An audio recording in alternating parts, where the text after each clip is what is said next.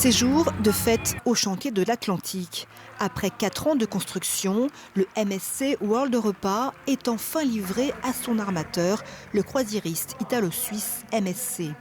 La famille Aponte, fondatrice et propriétaire du groupe, a fait le déplacement. Ce paquebot est le premier de sa flotte à naviguer au gaz naturel liquéfié.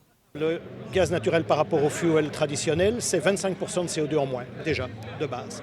Mais également sur les autres émissions des cheminées, comme les oxydes de soufre, les particules fines, c'est 99% de réduction de ces nocivités.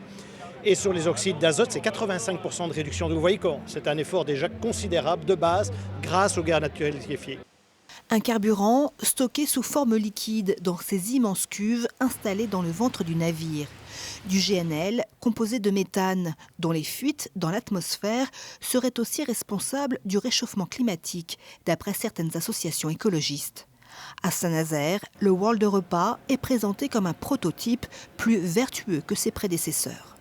Les navires, ils ont aussi des systèmes de traitement des eaux, ils ont des systèmes de traitement de leurs déchets, d'incinération, de compactage, qui font que c'est vraiment un ensemble. Alors on est très focalisé sur les polluants, ce qui sort de la cheminée, parce que ça se voit, mais c'est un tout.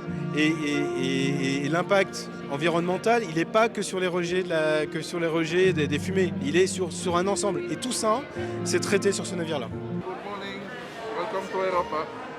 À l'intérieur, le paquebot a tous les attributs d'un navire de croisière nouvelle génération.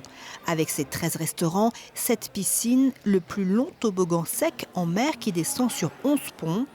Il accueillera jusqu'à 8700 passagers et membres d'équipage.